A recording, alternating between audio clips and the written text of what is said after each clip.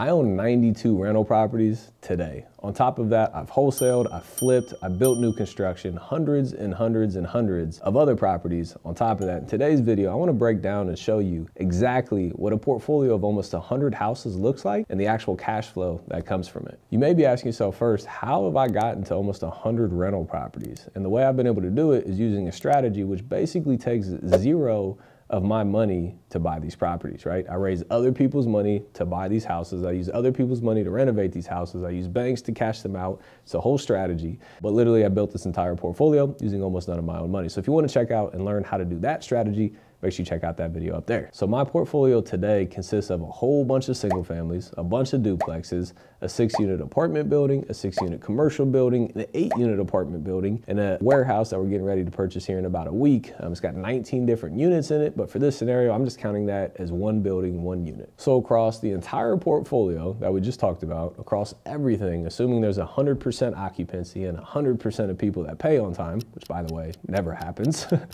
we would bring in about $135,000 in a month of income. So 135 grand coming in income. So that's not net income, that's gross income. I wish that was net income, but it's not. There's a whole bunch of expenses as well. So with that, we spend about $63,000 a month in principal and interest payments to the bank. So for the bank to give us debt to own these properties, we pay them $63,000 a month in mortgage payments. That has to happen no matter what else is going on in the world. We got to make those payments. My monthly taxes and insurance that I have to pay is about $13,000 a month. And then my monthly property management expenses that I have to pay is about $6,000 a month. So your principal and interest, your taxes and insurance, these are expenses that have to happen no matter what else happens. Now for me, I chose to hire a property management company to manage the majority of my portfolio because I don't want to manage it, right? Could I hire, a full-time property manager and save a little bit of money? Yeah, I think I could, right? Maybe make a little bit more money at the end of the day.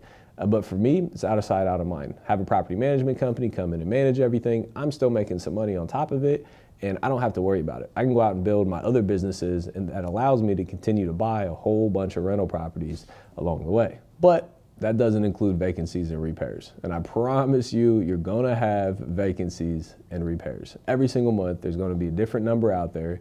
Who's not paying? Which units are rented? Do we just have to replace a roof? Do we just have to turn a unit? So every month, that number is gonna fluctuate between the vacancies and the repairs. So when it's all said and done, and we pay all those expenses, everything gets out the door, I end up making roughly anywhere between $150 to $200 per door per month, which breaks out to be about $14,000 to $18,000-ish a month in actual net cash flow that comes to me every single month. And hey Austin, on a 100-unit portfolio, 15 grand a month is not the most amount of money. I don't disagree with you, but we're not just talking about cash flow here. You gotta remember, every single month I'm paying $63,000 a month to the bank. Of that, portion of that is principal. Let's say it's $20,000-ish a month in principal every single month that I'm paying down. So every month my debt goes down $20,000. So it's not true cash flow, but it's less money that I owe. So could it be counted to my cash flow every month? No, I'm not counting it, but I know it's $20,000 less every single month. And I know, because I'm playing the long-term game, when I'm in my mid-40s, all of these properties are going to be paid off, which means that over the next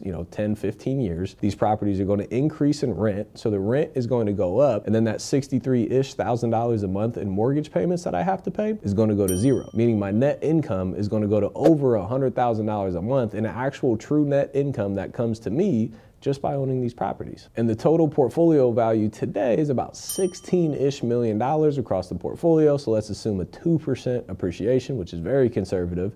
That's an additional $320,000 a year in value that the properties are going up in value just by owning the assets. So the cash flow of $14,000 to $18,000 a month, agreed, isn't the greatest on a portfolio of that size, but I'm paying down $20,000 a month in principal owed to these banks. It's going up about $25,000 a month in value because of the appreciation. I'm also saving a ton of money in taxes that I would have owed to the IRS. So arguably, I'm making way more money than what it looks like on paper. You gotta understand, in real estate, in rental properties, you don't get rich overnight.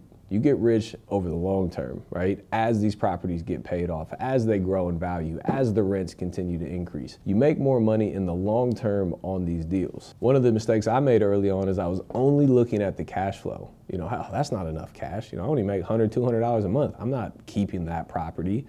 You know, I can flip it today and make 40 grand. Why would I want to make $200 a month? But again, you're giving up, the definition of sacrifice is to give up the present value of something for a greater future value. Giving up, you know, 40 grand today will make me 300, 400, 500 grand on that one house in the long term. So if you can understand the power of rental properties and the ownership of it long-term to build wealth, you know, maybe one of my regrets is maybe you don't flip every single house. Start taking down more rental properties to build more wealth for you and your family. So comment below and let me know what you learned in this video, and watch this next video here. We'll see you on the next one.